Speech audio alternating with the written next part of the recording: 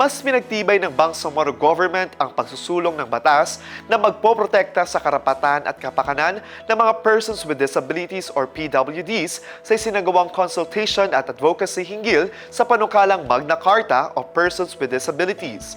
Kasabay ng Disability Sensitivity Training para sa mga miyembro ng Bangsamoro Committee on the Disability Affairs or BCDA.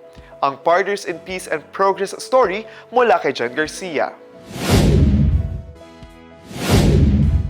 Pinangunahan ng aktibidad ng Ministry of Social Services and Development bilang bahagi ng layunin nitong palakasin ang kaalaman at kamalayan hinggil sa disability rights at isulong ang inclusive governance sa buong Bangsamoro Autonomous Region in Muslim Mindanao.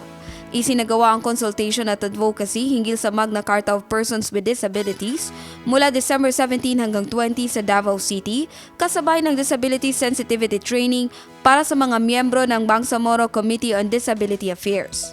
Inilatag sa aktibidad ang kabuuan ng panukalang Magna Carta of Persons with Disabilities para sa BARMM.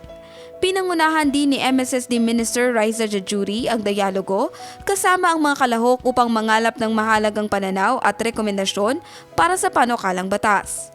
Sentro ng talakayan ng Government of the Day Bill na naglalayong i-institutionalize ang disability inclusive governance sa rehiyon. Iminungkahi ring maging bahagi ng serbisyong pampubliko ang sign language upang matiyak na ang bawat opisina ay makakapaglingkod ng walang hadlang sa komunikasyon.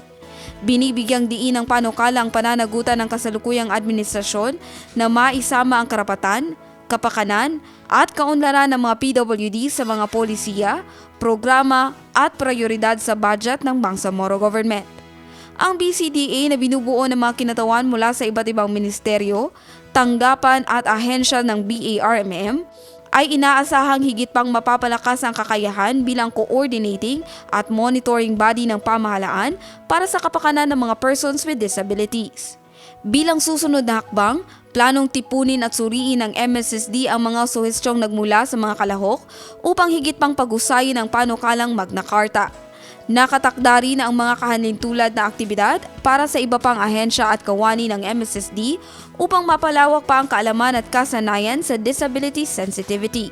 Hinikayat din ng mga kalahok na isama ang disability inclusive practices sa kani-kanilang mandato at programa upang matiyak na ang karapatan, dignidad at aktibong partisipasyon ng mga persons with disabilities ay tunay na naipatutupad sa lahat ng antas ng serbisyong pampubliko.